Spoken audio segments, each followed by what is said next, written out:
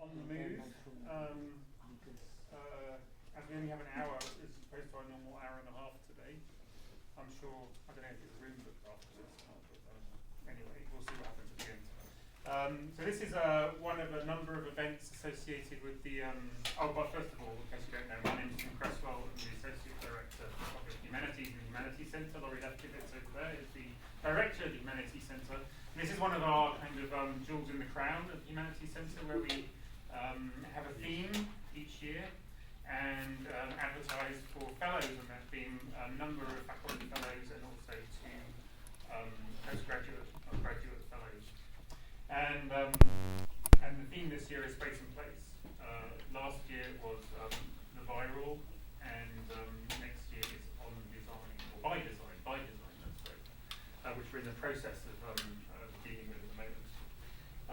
Part of this is, so the fellows meet every other week during term time and discuss work by other people, and then after a while their own work in a kind of workshop, which is a fascinating moment because it's a very interdisciplinary group, so you can bring very different kind of ideas and backgrounds to a theme which hopefully brings some kind of spark which is genuinely interdisciplinary. I think to some degree that has been happening this year. So we have a number of public events associated with it. We've already had a couple, and this is the third. And I'll just introduce the speakers in a minute. We have another one on March the 17th, which is the last of the kind of fellows presentations, where we'll hear James Conley, Megan Doran, and Kathleen Kelly talking. And then a larger kind of final event on April the 9th from 9 till 1 in the Alumni Centre. It'll include a breakfast, breakfast associated with it. And we got some guests, so Kenny Mona Domarsh, historical geographer from Dartmouth, and Seth DeLay, an anthropologist from CUNY. There'll also be, I haven't told anyone yet, but Peter Boll, who's a historian in Harvard, is going to come as well to talk about his use of space and place. And so there will be some keynotes in a sort of roundtable discussion, and also our fellows again doing a final kind of roundtable sort of reflecting on the year. So today we have my colleague in history, Gretchen Heefner, and Bert Spector, who's one of our people from outside of the college. We also have people from outside of the college involved in this, which is great. It sort of makes it even more interdisciplinary. Talking on the general theme of contested space in the post-war American order, but very different versions of that, as you will see. And one of the interesting things is the way that these scales sort of connect thematically between something such as the deserts in North Africa and the workplaces of the anxious workplaces in North America in the same time period. So Gretchen's going to go first, and then Bert, and I think there'll be time for questions. We can try and do 20 minutes, and I'll give us time for a quick set of questions. And if the room's available at the end and we're continuing, then we'll be there. But if it's not, then we won't. So Gretchen, over to you. Thank you. I'll try to stick to 20 minutes. Feel free to cut me off anyone. I'm really bad at that. Okay. Just kind of both. Thank you. It's great to be here. Thank you guys for coming on our snow makeup day. I am not very good at standing behind podiums, so we'll see what happens. First, I want to thank the Humanities Center for having this fellowship opportunity. For the past, as I said, Tim said, the past 5 months, we've had this great opportunity to sort of get together and have thoughtful and really thought-provoking conversations, which have been amazing, and I've benefited a lot from them. I should say I circulated part of what I'm going to talk about today to these fellows a few weeks ago, and they gave comments to me on it. And so any sort of flashes of brilliance you hear, I probably should attribute to them, and any major mistakes I make are, of course, my own. What I want to talk about today, given that we have 20 minutes instead of a half an hour that I thought was originally going to be what we had, this is really just a sort of strand of an article that I'm writing. And I'll sort of try to place my comments today into this larger context, and then I'm going to sort of spend the last 10 minutes talking through some specific pieces of evidence and arguments in this article. So it'll kind of come in 2 parts. So let me start. In 1950, the experts arrived. They came from everywhere, from Great Britain, from Egypt, from the Great Britain, from the United States, from the Netherlands. Nearly all disembarked in Tripoli, Libya, where most stayed, taking up residence at the Udon Hotel on the shores of the Mediterranean. Some went on to Benghazi. Fewer still traveled out into the desert where the roads turned into paths and then disappeared into sand dunes. But wherever they ended up, they came, as one of these people declared, and I quote, to help make a country, end quote. It was the chance of a lifetime for them. After decades of Italian rule, the United Nations had decided, somewhat unexpectedly in 1949, that Libya would achieve its independence no later than January of 1952. And this is an outcome that surprised most people, frankly. You'll have to take my word for that. As one observer noted, this was the first time the UN, and I quote, had set about the political task of construction rather than of repair. So this is the UN's job. Let me see if I can. Here's a map of Libya.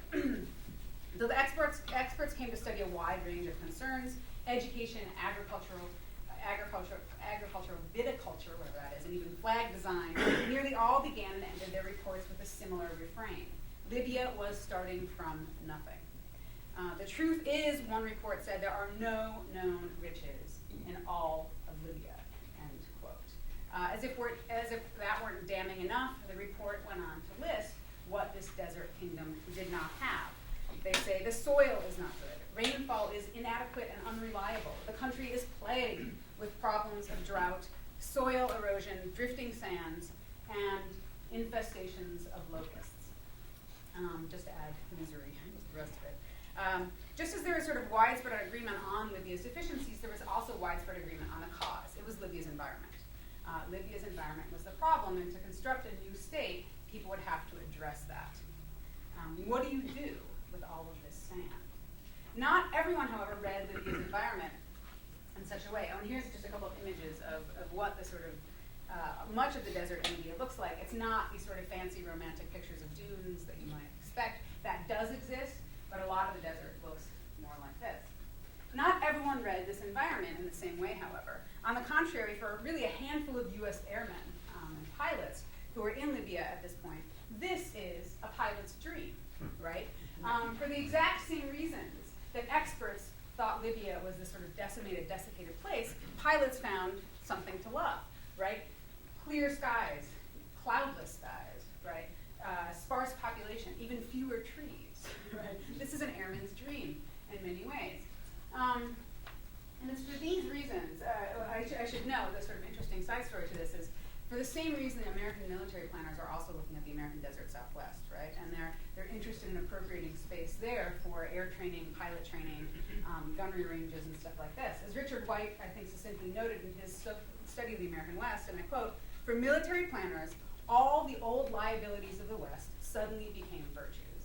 And this is the same way the airmen will see Libya and the Sahara in the late 1940s and early 1950s. Here's a map of the installations. Not quite there yet, is it? This is a map of the installations that are there. All right, so it's for these reasons, in fact, that the United States Air Force wanted to keep, yes, there's one over here too, this base, Wheelus Air Force Base, they'd occupied during the war on a very small scale, and kept a small skeleton crew at this base in the late 1940s. But by 1948, the Air Force had decided they wanted to not only keep this base, they wanted to expand it, and they wanted to build up other places also. And so you see this in some of these sort of red dots in this huge range, this is a gunnery range that the United States Air Force intends to build in the desert to train pilots on bombing things, right? And they actually end up doing this, and they create this huge bombing range where they practice dropping ordnance, and ultimately they'll practice missile tests later in the Cold War. And this is their sort of design for Libya by the late 1940s. This is happening precisely as Libya is gaining its independence, right, in the late 1940s and early 1950s. This is also precisely when US diplomats first arrive in Libya. And in fact, it is the job, the handful of diplomats, and when I say a handful of diplomats, I really mean it. There is like a handful of guys in Libya who are American, whose job it is to ultimately negotiate long-term base rights for these properties. Okay, so this is what they spend most of their time doing. And they're really the sort of center of what I'm going to talk about today. They ultimately get their long-term base deal with the Libyans, and they have to negotiate with a provisional government first, and then with a new Libyan government once Libya gains its independence. They ultimately get this deal, but in the process, they leave a very long paper trail. And in that paper trail, I see signs, which I'm going to sort of demonstrate to you today, rights in Libya with Libyan sovereignty and with very specific ideas about the Libyan environment. And that's kind of what I'm going to tease out and unpack for you in a bit. Scholars have outlined the sort of history of Libyan independence and statehood. And I'm not going to belabor that here, except just to sort of remind you what I've already said about it, which is Libya was an Italian colony from 1911 until the war. Then the British occupied Libya and sort of oversaw it until independence. In that time, the international community sort of argued about what would happen to Libya. It wasn't until 1949 that the UN decided it's going to get independent. It's going to have its independence, and it's going to be in 1952. So that's kind of the political story that's going to be underneath everything I'm going to talk about. While that story is clear, scholars have almost completely ignored the way that policymakers and diplomats used ideas about the environment and the ever-present sand to formulate their long-term plans.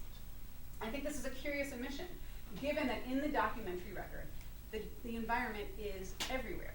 People talk about the environment constantly, even if they don't know they're talking about it. They always talk about the climate and the sand and the agriculture. It's constant. This article in my talk today, and the people have examined, takes that seriously. I'm taking the environment seriously, sort of putting it at the center of this story. The Sahara was not merely a tableau on which people acted. It was a factor in how they made decisions. It shaped their perceptions about Libya, and it helped serve to explain and justify what they decided to do to the country. People did not act despite the environment then, they acted because of it. So in ways we can see the environment sort of shaping intentions. So what I want to talk specifically about today is narratives of this place, how people narrated the story. And here's just some images that I've been answered before of, this is the way an airman, you sort of see it, right? This beautiful place for flying, it's wide open. This is the airman's dream, in a sense, as I said. So I want to talk to you about some of these various narratives, these environmental narratives that people sort of promoted and wrote about in terms of Libya. But this is just one piece of this larger story that I want to spin in this article, and I want to give you a little sense of that. Because today I'm going to talk about ideas about the environment, but the article itself is actually also interested in the environment. What does this look like? What does this place look like? What was actually there? So, you know, the United States military, I think one way to think of it is they had to work within the very real limits, and what I would say were actually opportunities of the environment and of this landscape. So it's more accurate, I think, to see American experiences with and ideas about the Libyan environment as part of a dynamic set of storylines, both human and non-human, that met and intertwined on these sands of Libya. I should go back to the sentence for you. So I'm thinking about Libya as a meeting ground. I'm really kind of drawing on conversations that we had in our fellowship, and works by people like Doreen Massey, who wrote a book, one of the first books we read, which was on space and place. And I was really taken with her idea of the thrown togetherness of place. And this is an expression she uses, the thrown togetherness of place. And what she says about place is where things meet. It is not necessarily an always already coherent set of relations. Place is open, not bounded. And she goes on, place is an ongoing production rather than a given entity. And I think Libya sort of matches this idea in the post-war period, right? It's precisely what's going on here. It's a place of negotiation and of ongoing production, in a sense. Even when Libya gets its independence in 1952, the territorial boundaries are still uncertain. You know, they're still contesting the actual borders of this country. So quite literally, it's being a negotiated space. But the developments are non-human as well, as I mentioned earlier. And for those of you who are familiar with Timothy Mitchell's work, namely on mosquitoes, think about that here, because this is sort of influencing the way I'm thinking about how the environment is functioning also, not just these sort of human actors. There are bugs in this story, there's rain in this story, there's sand in this story, and it influences the way people think about what's possible in very real ways. There's also airplanes and machinery and the story of technology in this story, right? We have the airmen and their view of Libya and what this looks like. And it's difficult to imagine how American policymakers would have cared at all about this place on the map without the story of air power. They would not have cared, right? Libya becomes interesting to them, not entirely, but in many ways, because it's going to become such an interesting air base. And so these are sort of ways to think through the sort of ways human and non-human elements will intercede by looking through the environment. And I'm going to return to some of those hopefully at the end of my talk, time permitting. But for now, let me get back to the sort of human side of the story. or a discursive side, I guess, in a sense. My argument here is that American officials, these US diplomats who were in Libya, that I mentioned already, in trying to acquire their long-term base rights between 1948 and sort of 1954, used and reshaped European discourses and ideas about the Libyan environment. These are narratives about the environment that existed already. They're going to sort of use and reshape them, but essentially discard them to promote their own post-war agenda in North Africa. To be sure, everyone agreed that Libya had nothing. Right? Nobody's disagreeing about this. Everyone's in full agreement that Libya is a wasteland. This is essentially what someone calls it. But in contesting the explanations for those shortcomings, how Libya got to be that way, right? What are the causes of Libya being a wasteland? The Americans provide different options for what can be done about it. US officials did not dismiss the North African environment as a wasteland in need of civilizing and saving, which are ideas that would be closely linked to the European colonial efforts in Northern Africa, but rather the Americans saw it as a place that had yet to find its natural comparative advantage. And the Americans' job will be to help Libya find its comparative advantage. The Americans did not thus want to replace the Europeans as a direct imperial power in the region, but they wanted to displace them in their own sort of strategic and economic version of the post-war world. So now let me tell you what this looks like instead of talking in a sort of high fashion about it. What are the Europeans? What of them? And what of the Italians who are here in Italy? I mean, in Libya. In the early 20th century, when the Italians looked to Libya, they saw a glorious past. Beneath the dunes and shifting sands of the Sahara, they spied the evidence and the glory of old Rome. Right? Here was their old Roman Empire. And in the ruins of these cities like Leptis Magna that are on the shores of the Mediterranean, they saw a fertile region. And their vision is that Libya could once again be fertile, right, with the right sort of cultivation. From the start then, Italy's plans are deeply tied to ideas of the North African environment.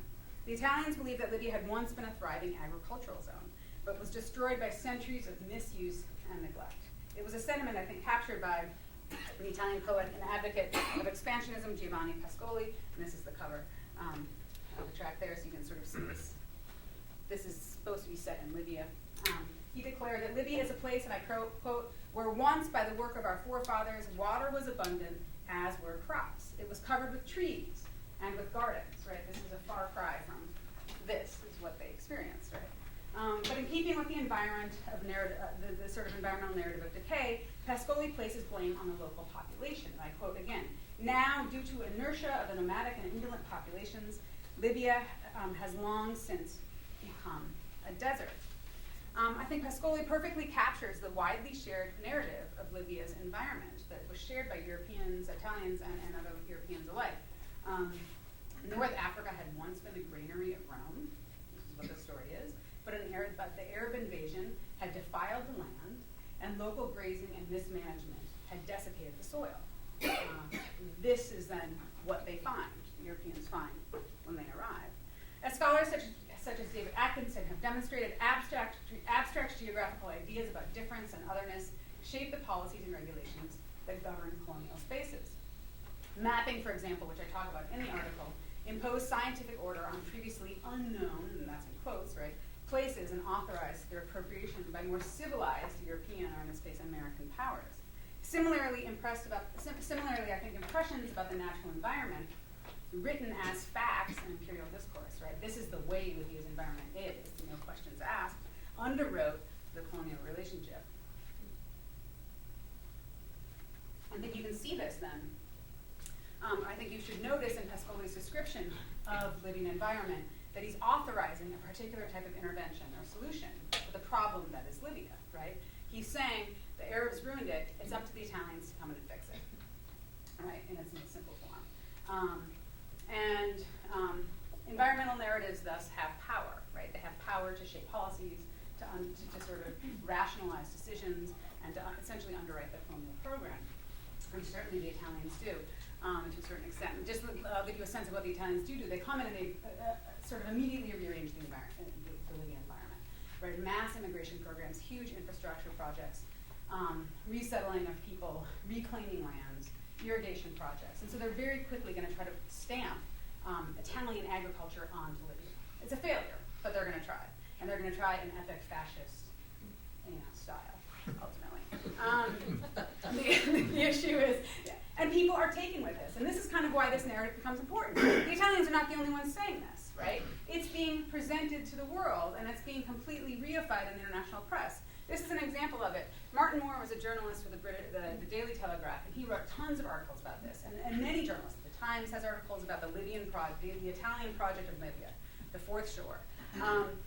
And they completely reify this narrative. And you can see in these pictures they're doing it, right? Here's the Arabs and their sad camel and their sad soil that's terrible. But look, voila, the Italians come in. And it's this beautiful, rich soil.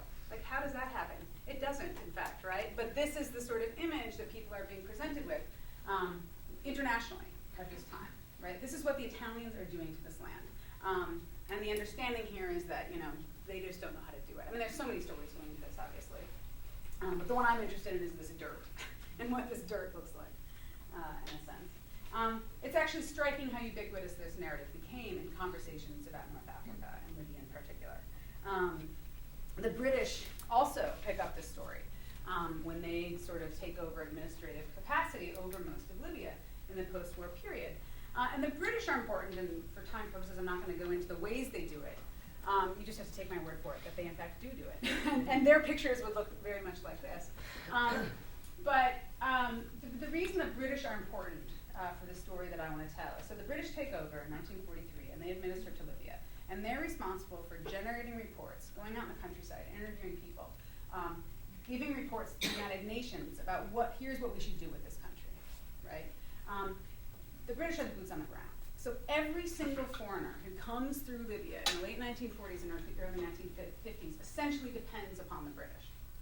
And I can't emphasize this enough. It's so clear in the documentary record. The Americans show up in 1948, they don't know what to do, right? They have to ask their British counterparts to help them negotiate a lease on property for the American consulate, right? They need British translators. Their social life revolves around British clubs, I mean, it's from the sort of everyday to the most sort of important moments. They're depending upon them.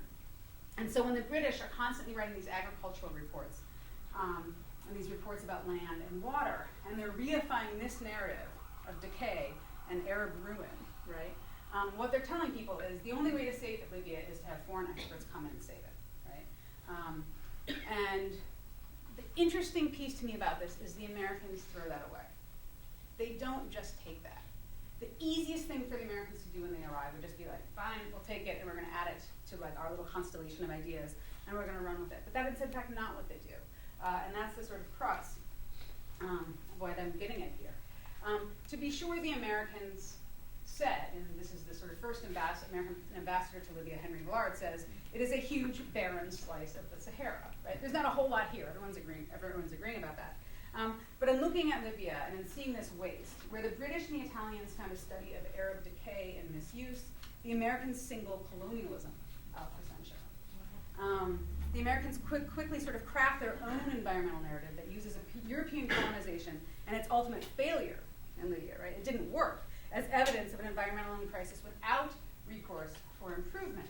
The American environmental imaginary then is a repudiation of imperial claims to space and land, as well as notions of expert knowledge that can somehow civilize and help these people. And in its place, the Americans are going to sort of present their own narrative, and that's what I'm going to tell you what that is in just the next couple of minutes. So, am I running out of time here? Oh, I got plenty of time, 5 minutes.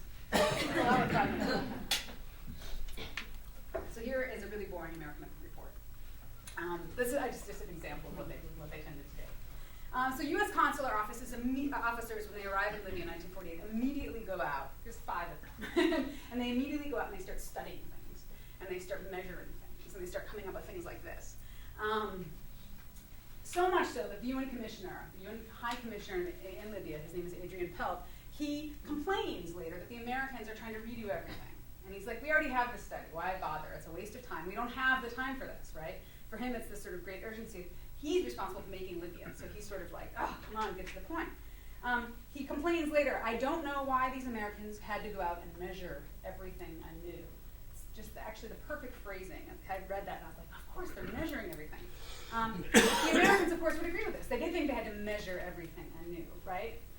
And there were a couple of reasons for it. First, I think the Americans were trying to assert their own way of seeing the world, right? It is specifically about objective measurements and statistics. There's this sort of interesting side note. At this exact same point, the head of the American Statistical Association, gave a speech in front of the UN saying, "Thank God you all like statistics now. It's truly an American cultural export," right? So there's this story of how Americans are trying to see the world and measure the world and how they're trying. It's not an American story, truly, but this is kind of what they're thinking at the time. So they wanted to measure things, and this is what they come up with. And second, and I think in related, U.S. policymakers tried specifically to distance. We're trying specifically to distance their country's actions from the Europeans. They very consciously at this point do not want to be seen as imperial, right? And so they're going to. The diplomats in the country are complaining about this all the time, are sort of pointing this out. We don't want to be like the British. The Libyans don't like the British because they're imperialists. Let's not be like them. And so they're very consciously trying to make this this distance, and I think they're going to link the two, right? It's their different way of seeing and measuring the world that shows that they're not imperial and that everybody should sort of support their post-war order. That's sort of, I'm taking that to another level, but you get the point. So in keeping with these ideas, the Americans are really going to castigate their European counterparts for things like, and I quote, providing faulty information, too much red tape in sort of economic reporting, for their autarkic policies that are perverting Libya's natural potential, right? And so when these consular offices go out, their job is very specifically, and this comes actually from the president himself. Truman writes them a letter and says, your job is to find out what Libya is good at, right? Libya, what can this country export? There is no oil discovered at this point. What can this country export to help this country enter this sort of post-war open economic order the United States is trying to create, right? What can they export? It turns out nothing.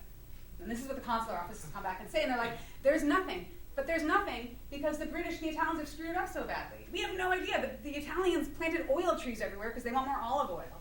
But that's useless. It doesn't really grow well here. So it's going to take us 10 to 15 years to get rid of all the mistakes those people made before we can actually figure out what Libya has. So what do we do in the short term? This is where these sort of Americans come into this. What I found striking, and the reason I came to this is, in all of these writings, Americans write so much about agriculture, environment, and climate. They never once mention this colonial environmental narrative.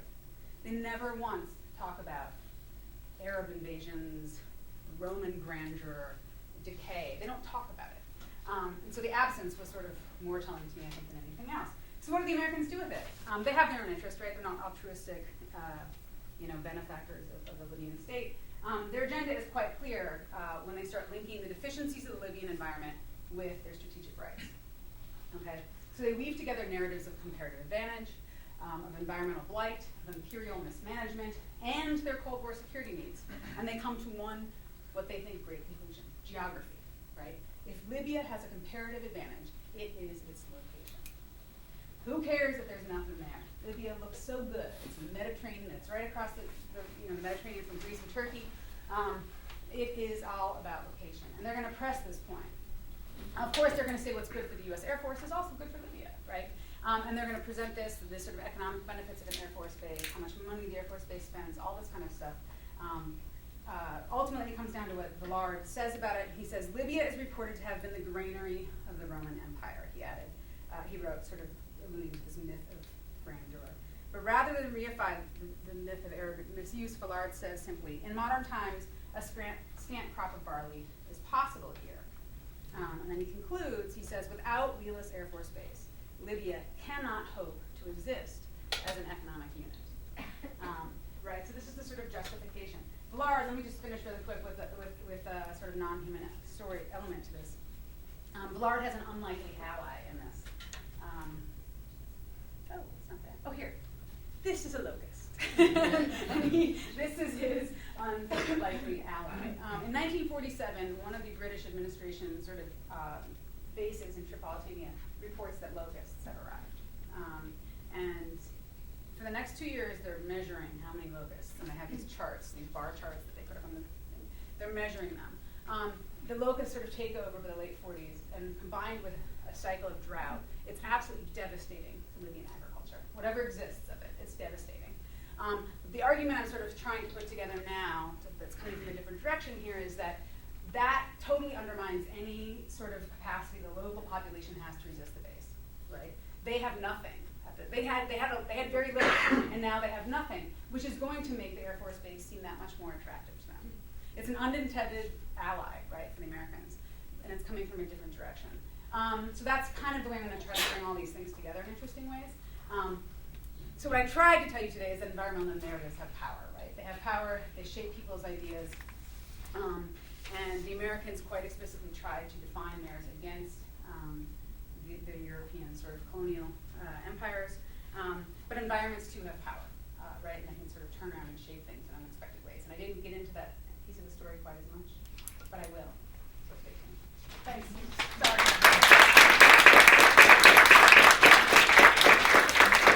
Like I said, we'll have some time for questions for both of the speakers at the end, but I think we need to use our time to hear the wisdom that's being accumulated.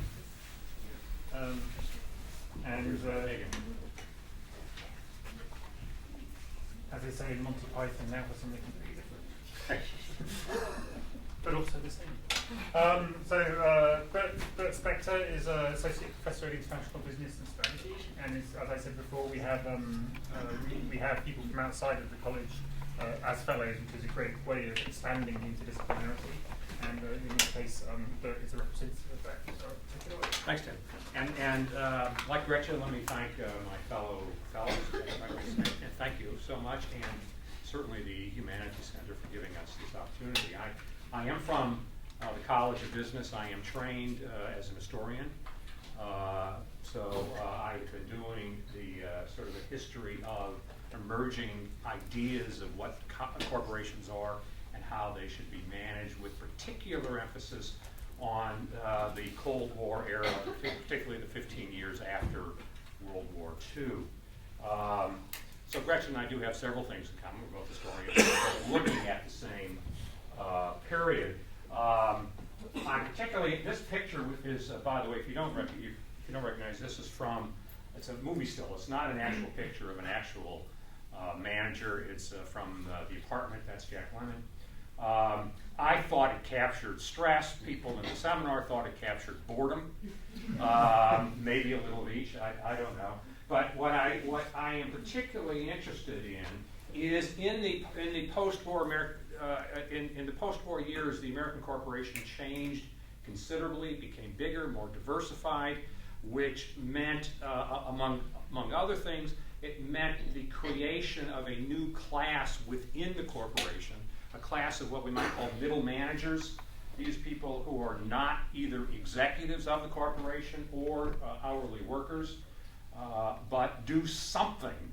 And that something was not clear and was in the process of being negotiated. What do these guys really do for a living? How do they contribute? And there were guys, of course. How do they contribute to the corporation? Gretchen and I both are sort of had to edit because we were planning for a longer presentation. So let me just say that that my definition of space is really a combination of several other definitions. I'm looking at it as a space as a collective settlement in which there is an ongoing negotiation over identities. So I'm borrowing on your quote and these quotes and think of it that way, in particular the identity of this new group of managers. I'm going to go to this one. And I make certain assumptions about what was going on within corporations at the time. I mean, to some extent, of course, they're always going on. So these are underlying assumptions about organizational life, and that is that there is always a demand and always a need in an organization for some degree of order and control. Organizations are not chaotic collections of people who happen to be wandering around, but they are, in theory, they are purposeful interactions. So there is always going to be a requirement for some level of order and stability. At the same time, individuals are always trying to negotiate identity and agency. I'm going to make that assumption. I think, if you want to argue with that, that's fine, but it seems to me those are fair assumptions. And that the negotiation that occurs in hierarchical organizations is asymmetrical in the sense of not everybody has the same amount of power to shape that negotiation or to shape the outcomes. And I think that's part of the story I want to tell here, is that it was corporate executives who made a determination about how that identity would be negotiated, and the choice they made very purposefully was a choice offered by industrial psychology. There were other options, but there was a choice, but the one they chose, and I want to talk a little bit about why they chose this one.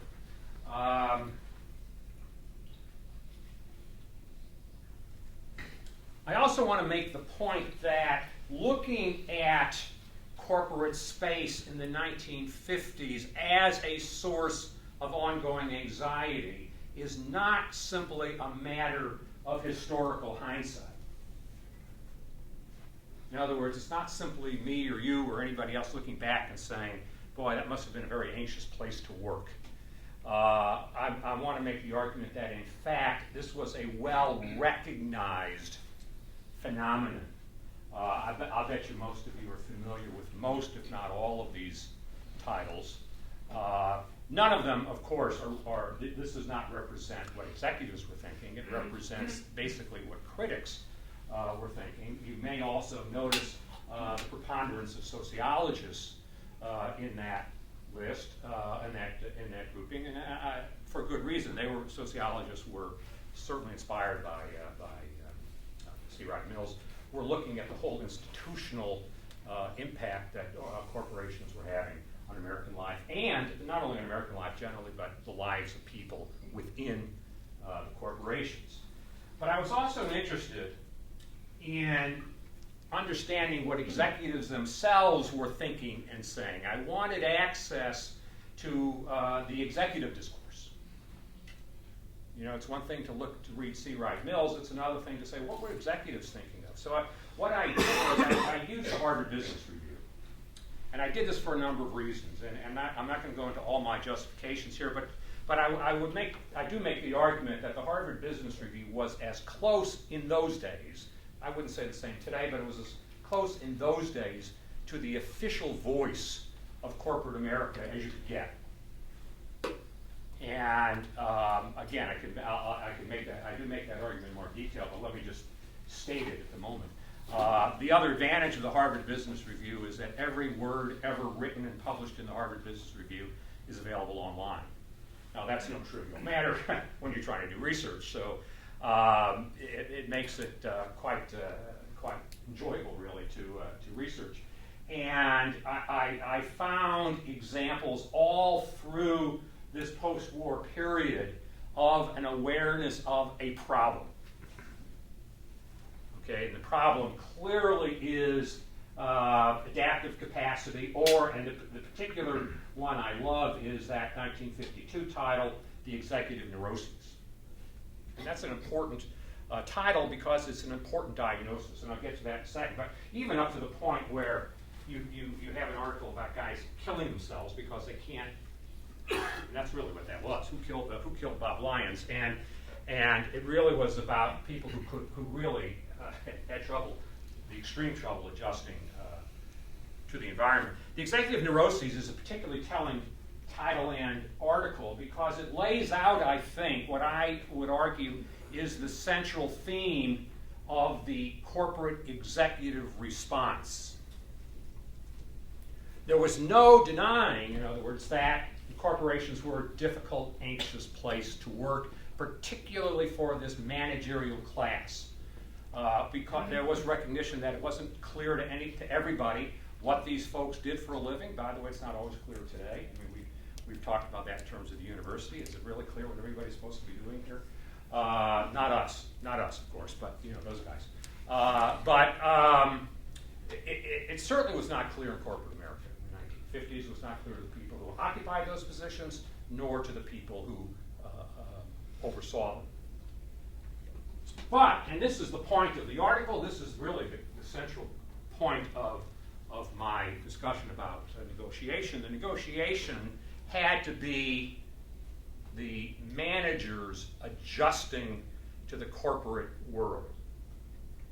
So keep in mind that word, adjustment. So this was a problem of individual adjustment. Okay? And it was not a system adjustment. Nobody was arguing, I mean, when I say nobody, I mean nobody from within the system, nobody on the pages of the Harvard Business Review was arguing that the system needed to adjust. Certainly C. Wright Mills was, but these folks were not. They were arguing that you know what we need to do is we need to help these people figure out how to adjust to corporate life. So the hard work of adjustment became entirely placed upon the individual. Now, my argument, of course, is this is part of the asymmetrical nature of the negotiation. This is what we were telling you to do. You must adjust. Now, given the challenge of given that the challenge of negotiation within the space was really defined as a challenge of adjustment, it's not then surprising that psychology generally and industrial and organizational psychology became an ally in the executive requirement that you adjust. And this slide is just to make the argument that the whole notion of industrial psychology was almost from the very beginning, well, I don't know, I take almost out of that, was from the very beginning, how can we as industrial psychologists help organizations get more out of individual employees? In other words, help you as an organization get these folks to be more productive. That was the goal all along, and that was explicit from the very beginning. Industrial psychology really entered into the corporate workplace mainly after World War II. And there's good reasons for that. Most managers didn't really think they needed scientific help for many years, but it was during the war itself that industrial psychology began to flex its muscles in terms of working with the armed services and develop personality tests and other screening devices used to help the military figure out who should be officers and how the officers should operate. So after the war, the industrial psychology became, the term I use is weaponized in the Cold War, because the Department of Defense spent huge amounts of money supporting psychological research. In fact, virtually all research in the 1950s was supported by the Department of Defense as a way of combating communism generally, and particularly what was thought of as an uncanny ability of communists to brainwash people. Well, we could do better than that. We can brainwash people ourselves. And so what I tried to discuss in the paper is how specifically industrial psych was used in the 1950s to help this adjustment. Again, I want to point out, the adjustment means how to make the individuals adjust to the corporation. And the single biggest tactic of industrial psychology during the 1950s, and maybe to some extent to this day, I don't know, is personality testing. And personality tests have been around for the century, but this is the first time that corporations were using personality testing. I don't know if you can see. I just love this question. I did find some personality tests from the 1950s. If you can't read it. At times of stress or overwork, I suffer from indigestion or constipation, either A, practically never, or B, occasionally. So a little constipation is expected, apparently. But too much constipation, and we're worried about you. So why do you use personality tests? We use personality tests for one or two. I don't mean they're not either or, but one or two reasons. One is to screen people, make sure you're getting the right people in, and the other is to promote people. You know, I guess obviously you don't want your corporate executives spend too much time in the bathroom. I also talked about assessment centers, which were started in the 1950s. Again, another outgrowth of World War II, where we put executives through role-playing. I don't know if you've ever done any kind of role-playing where you're being assessed and stuff like that. They're pretty popular these days. And this was another invention of industrial psychologists, started at AT&T in the 1950s, again to decide whether people were adaptive to the corporate culture, and the whole identification of what traits are we looking for in people. So I guess all I want to do with this slide, I mean, I'm going to obviously write write a lot about that, but I just wanted to show you what some of the specific tools were that industrial psychologists were bringing to the party. All right, and I don't want to make any argument. I can't make an argument that these were becoming, I don't know how widespread these were, at least I don't know yet. What I can say is that there were some leading big corporations that were using them. And the ones in particular that I've come across are AT&T and General Electric. All right. So I guess I can only argue at this point that sort of leading corporations were doing this stuff, not that everybody was doing it. And really, I guess I'm going to summarize this very briefly by saying industrial psychology is appealing because it doesn't threaten the institutional status quo. If there are industrial psychologists in the room, I'm not being insulting, I'm just trying to be analytic here.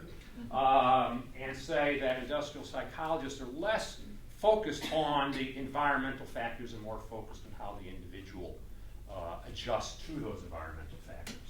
Whereas somebody in the seminar said I'm really writing about why corporate executives prefer psychologists to sociologists. The sociological argument was that the institutions themselves were part of the problem. The industrial psychologists were not agreeing with that or disagreeing with that. They were indifferent, I would say, to that question, and rather saying, all right, this is the institution as it exists. We take the environment as a given. Now, how do we deal with it?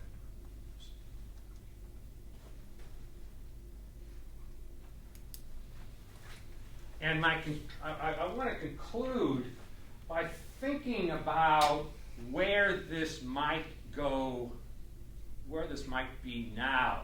I do feel like we have entered into a very different, this is not the 1950s anymore. In the 1950s, if I can use, is it all right, I'll use the sort of varieties of capitalism argument, that the liberal market capitalism was still in the 1950s duking it out with the New Deal capitalism, the coordinated capitalism, where you allow for other stakeholder interests other than shareholders.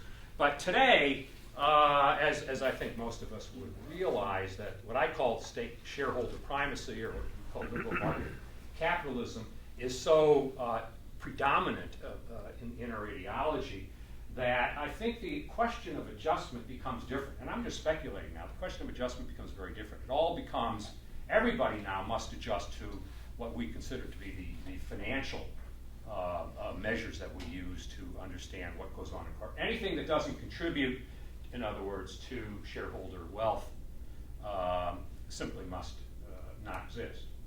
I do not believe in the end of history argument. I believe that there will be other forms of capitalism that will come back, that the New Deal may be dead but not forgotten, and some newer form of it will return. But I do think that the debate over adjustment has changed a bit in the current era. And one other comment I'll make, and then we can stop for a few questions, is that a number of my colleagues and my fellow fellows also asked questions about the physical space of the 1950s. I have dealt with space here only as a collective community of negotiation.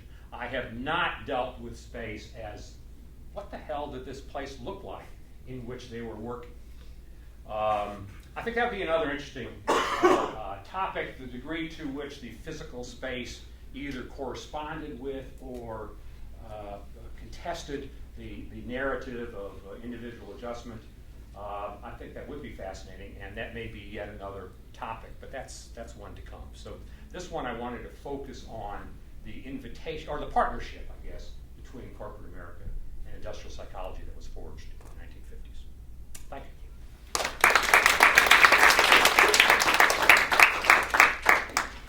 You'd like to both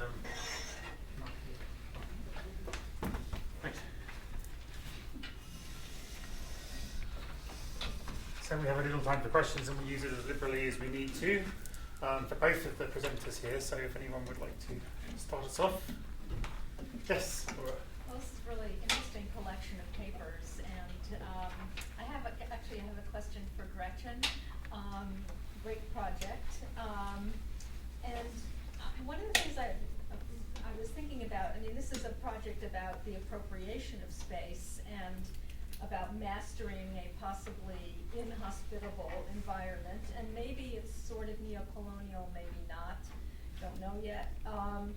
But I guess what I was wondering is the extent to which the Americans are interacting with local populations.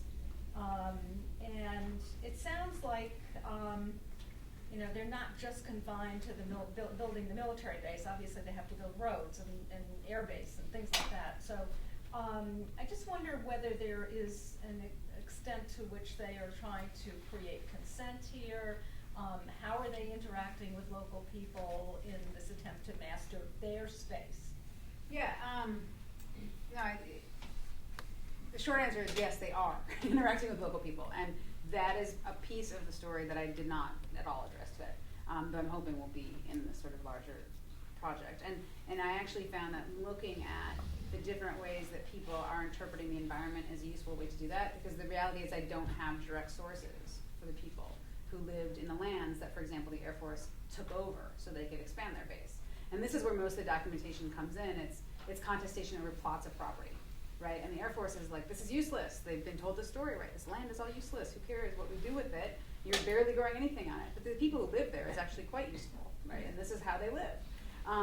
And so through sort of documents about how they try to take over property, you actually start to see how this takes shape. And so the sort of one of the arcs of the article I'm writing looks not just at the narratives of the environment and how people are appropriating space, but how people view it from different vantage points. And so one is the sort of aerial view, right? And this map that you get that's quite different than if you're actually on the ground and you have to actually make it happen. And so through these engineers who have to go out and build out the US sort of infrastructure, they interact with people on a constant and daily basis. And their stories come through in interesting ways. But it's through how people are using the kind of farming they're doing. And they say, actually, I was growing something there. You just didn't notice, Or the sort of population near the base that is losing its land says, the Air Force comes into all these problems with who owns the land, right? What sort of structure of ownership exists in this place? And the Italians tried to sort of implement certain programs, but that didn't always hold. And so the Air Force they can't just negotiate for plot of property, they have to negotiate for everything on the property. So like a tree has its own owner and its own file. So through those kinds of things, I'm trying to get at that. I don't have the sources that would tell me, I don't have the sort of person who's going up to the Air Force base. Well, actually, I do. There are people going up and screaming. But it is a goal that I have. And that's one of the reasons I decided to look at the environment, because it sort of creates this way that I can think about how different people are interacting with it on different levels. Laurie. I love these papers. They're wonderful. Thank you so much. What I'm noticing is that in both papers there's a way in which they're both about how people tell themselves stories to get the outcomes that something bigger requires. And I just struck, that question on, people's digestive patterns. The first thing that came to me is, what this is really testing is how well people will lie. Because that's the kind of question that everybody knows what the right answer is if you want the job. So, that part of what psychological testing, which isn't about personal therapy for your own benefit, but which is for organizational benefit. What it's about is creating a population that will be compliant or effective, and what that's about is either deception or self-deception. So, so I'm seeing in both of these the phenomenon of self-deception as part of the enterprise. Like the Americans in your telling are very sincere, and yet in your telling there's a gap between what they're telling themselves and what is. And I'm interested in self-deception as an epistemological conundrum, because you can't deceive yourself. You need two selves in order to deceive yourself, a self that's lying and a self that's being lied to. And I just wonder if that isn't a piece of the legacy of the 1950s, which is a famously, you know, I'm just thinking of 1950s TV. It's all about a kind of pretend that Americans are engaged in. You know, I'm going to push back a little bit. I don't Okay, good. believe that psychologists who designed these tests Neither saw do I. themselves. Right? No, I don't think they were Yeah, they weren't that insightful. Yeah, the 50s to me seems like such an earnest decade. Right, exactly. It's only now that we can be cynical. Right, So that's right, what right, I'm inviting Well, us to consider. I don't know if it's cynical. We're being analytical. How's that? Right, or noticing this about them. Yeah, I think the power of narrative is vital. Certainly, when we write history, we write narratives. You even mentioning two people means you would have failed that test. So the two selves, they would have been like, "She's out of here."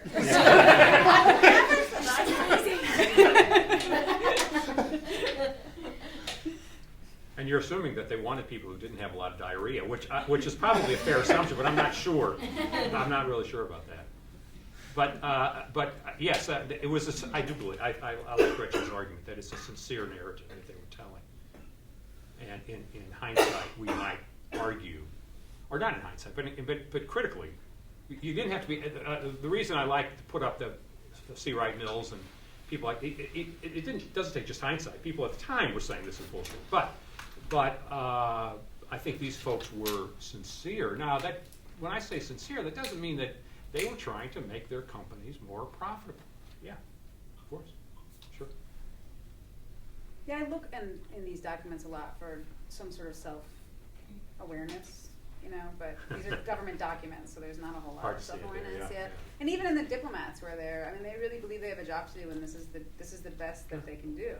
I mean, and for the people who are going to visit Libya in the late 1940s and 1950s, I mean, it is a war-torn, decimated place, right? And it's not like they're going in and destroying anything. They're really going in and being like, oh my God, how is this going to happen? And they're working with locals, but there aren't that many people who are frankly engaged in the process in Libya at the time, because the Italians murdered 25% of the Libyan population. It was a very small population to begin with.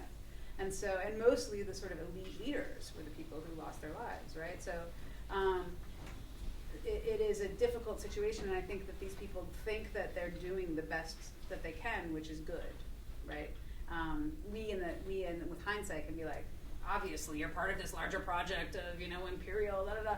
But like, I think at the time I have to take them for what they're trying to say and what they think they're doing, and we can be critical about it and sort of give the bigger picture.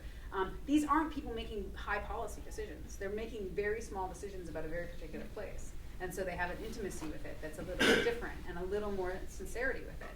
And they're in these countries for quite some time. I mean, the ambassador sort of rotates every couple of years, but there are people who actually, in my sort of 10 years I'm looking at, are there the whole time. Some of them end up losing their jobs. But you don't hear, what's interesting is communism doesn't filter into this conversation in Libya at all, actually, even through the 1950s. One guy loses his job, and I found that he probably lost his job because someone said he was a communist, but that doesn't come through in the in-country documents. I want to follow up on that because in both of these stories there's some really big elephants in the room, and how people are deceiving themselves about it, or in order to suppress one story, they tell another. And in the case of corporate America, it has to do with class, and economics, and gender, and the story they want to tell in order to control, you know. And that one of the things that middle management did is that it allowed people to be upwardly mobile, okay? Yeah. But that there still was a class ceiling that many people hit, and it certainly is true of women then as it is now. And then the elephant in your story is ethnic difference, religion. You know, who knows what sort of attitudes, I was thinking actually about Emily's paper and the displacement of Native Americans, and one of the questions at that point was, well, who owns the place? Nobody, okay? And so, in a way, this sort of contempt, say, for the Libyans, oh, how can they possibly own it? And these are the stories that aren't going to show up in government documents, not gonna show up a personality test, but somehow there's some wink going on behind the scenes that we might never be able to excavate. You can actually get in the different ways, I find it, in the different ways people have to deal with it. So you do have these big sort of strategic maps of like, oh, here's the place we want. Here's these big blocks of property we want. And then you literally have the people who have to go figure out who owns those blocks. And they go out and they rub up against this in very sort of meaningful ways. They don't say it, but you find it, you know, in the sort of the way that the Air Force plans get stuck for 7 years because the people on the ground can't get it done, you know. So there's a huge disconnect that allows those stories to open up to a certain extent. Anyone else? I mean, I suppose, oh, here we go. I have a question for Professor Heefner. A very specific question, I think. So, I was actually really struck by this the picture you showed us of this area that was used for bombing experiments and all of that. And that was extremely close to the Algerian and Tunisian border, which really struck me. So I was wondering what the relations were between the Americans who were trying to build this airbase in Libya and the French, both in Algeria and Libya. And also, because we're talking about space, there was some form of clash between this old European colonialist conception of space and this American, allegedly non-imperialist conception of space at the time, and how that shaped the borders and how that played into the negotiation of these borders that were completely, this colonialist border that were completely made up. Yeah, well, what's interesting about that map of that gunnery range is, in fact, I can't find exactly where it was. And this is, I have been looking at these documents for over a year now, various Air Force documents and stuff, and I just discovered that bombing range like a month ago. And it's because it was totally hidden. And there is nothing about it. But it is enormous. And I was trying to figure out, why is this Air Force base so important? Why does Wheelus Air Force Base become literally the biggest base the United States has outside of the continental United States? And it turns out it's because twice a year, every Air Force pilot goes through that base to practice bombing. Every U.S. pilot based in Europe. And that is nowhere. I only found that because I started reading people's memoirs about having been. I was reading blog posts by people about their experience at Wheelus. Like Air Force people love to write about where they grew up or whatever. And they're like, oh, when we rotate through for bombing runs. And I was like, oh, that's what they're talking about. And so then I started. There's no sort of trend. So this bombing range is not really being discussed in these documents for strategic rights. They sort of reference it. They reference this part out. And so what I haven't been able to literally find out the exact location. I know how big it was. I know that it was 10 minutes flying time from Wheelus Base. Other people put it at sort of 100 miles away towards the Tunisian border. And so there's this weird hole in that. And I'm still trying to fill it in, which in and of itself is this weird story about why they want this to be invisible. But there is a very interesting relationship between the Americans and French, which I don't go into at all, obviously, in this conversation. But they are aware of the French. The French are actually the administrating power in southern Libya, in the Fezzan, which they want to keep. And they actually want military rights there, and the Libyans kick them out, ultimately. But the French make these arguments that terrorists are coming from Egypt through Libya to get into Algeria, And the Americans internally in the Libyan community and in this sort of North African diplomatic community are very disparaging of the French. They're like, these people are holdovers. They're, despite the fact that the American government is perfectly happy to negotiate wonderfully with the French as long as the French give them air bases in Morocco, for example. But in these diplomatic communities are very sort of like, oh, they're destroying everything. Don't act like them. Nobody likes them. Let's sort of measure ourselves vis-a-vis them. The borders you mentioned are interesting because they're contested. The day Libya gets independence, nobody knows how to draw the country because, in fact, the border with Algeria is contested and the border with Egypt is contested. And so there is sort of, they don't draw it. It's this very strange moment when 1952, here's Libya, but okay, we're still working on that one. So here's 10 miles over here we're not really sure what to do with. But it's the desert, so nobody really cares. I mean, that's kind of the way it's presented. The other thing that I'm playing with is Americans, it seems to me, are mapping things, but they're only mapping their bases. They don't really care about everything else. So they don't have this preoccupation with mapping everything the way that sort of, the French did. They are just interested in, they're like, we'll just take this one piece, we'll fence it off, we'll create a little America. We won't bug you. Just give us this little piece of your sovereignty and ignore us. and everything will be fine. So there's something strange going on there too. I mean, of course, it's sort of an imperial project of a different name, right? Nobody's calling it that at that point, but certainly to the people living on the ground, that's what it feels like. But so there's all these sort of interesting ways that maps come in that I'm trying to sort of think through that too.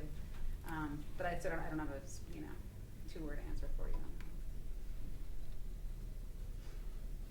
Anyone else? Thank you. Yeah, thank you. Nice. Yeah, thank you for all coming out. I know it's a rescheduled day. You